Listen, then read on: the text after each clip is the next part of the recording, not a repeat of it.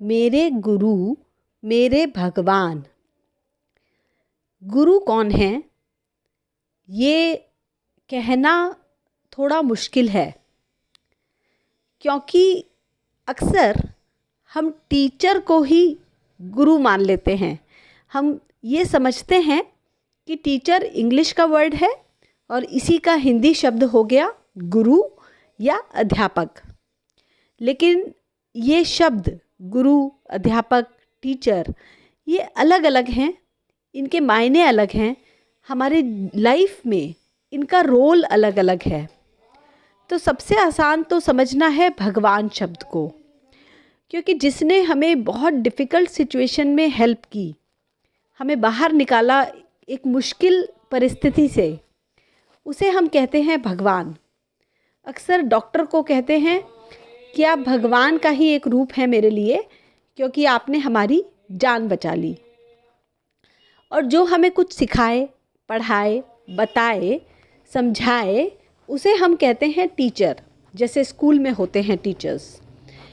लेकिन गुरु और टीचर क्या एक ही हैं?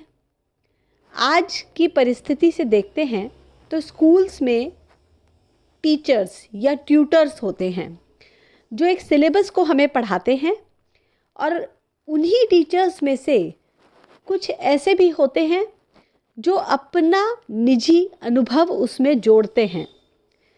ऐसे टीचर्स की बात हम जल्दी समझ पाते हैं, हमारे लिए ग्रहण करना आसान होता है, और इन्हें कहा गया अध्यापक, जिसने उस थ्योरेटिकल नॉलेज को प्रैक्टिकल एस्पेक्ट से भी हमें बताया है।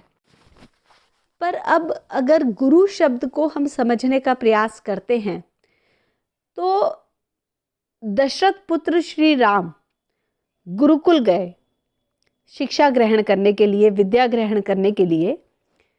तो वहाँ वे राजसी वस्त्र और आभूषण त्याग कर गए, ऐसा उदाहरण हमें मिलता है। क्यों? श्री कृष्ण जो कि कंस का वध कर चुके थे, वासुदेव के पुत्र थे, वे भी गुरुकुल गए सांदीपनी जी के आश्रम में, और वहाँ लकड़ियाँ बीनने जैसा काम उनको दिया जाता था, जबकि वे पूर्ण अवतार थे श्री विष्णु के। क्यों? यहाँ हमें ये समझ आता है कि गुरु का कार्य कुछ सिखाना नहीं, बल्कि अपनी योग्यता बढ़ाने का मार्ग दिखाना है, दिशा दिखाना है।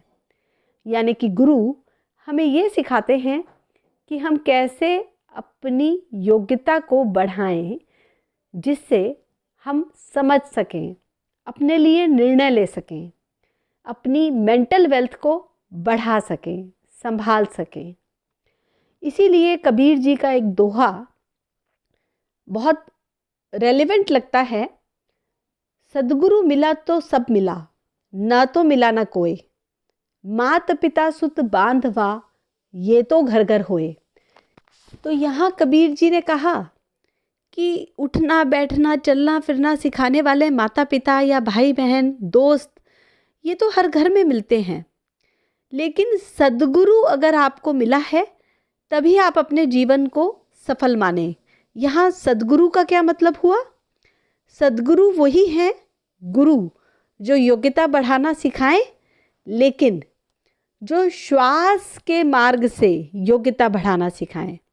अपनी श्वास प्रक्रिया को जब हम सूक्ष्म कर लेते हैं, दीर्घ कर लेते हैं, और उससे जो हमारी योग्यता बढ़ती है, उस रास्ते को बताने वाले हैं सद्गुरु। और ये मिलना ही सबसे ज़्यादा सौभाग्य की निशानी होती है मनुष्य जन्म में। अब एक और शब्द जो यहाँ डिस्कस करना ज़रूरी है वो है भोगवान। भोगवान कौन है? भगवान तो हम किसी के लिए कह सकते हैं जो भी हमें मदद करें, हेल्प करें, हमें कुछ दें, लेकिन भोगवान हैं सभी भगवानों के गुरु और ईष्ट।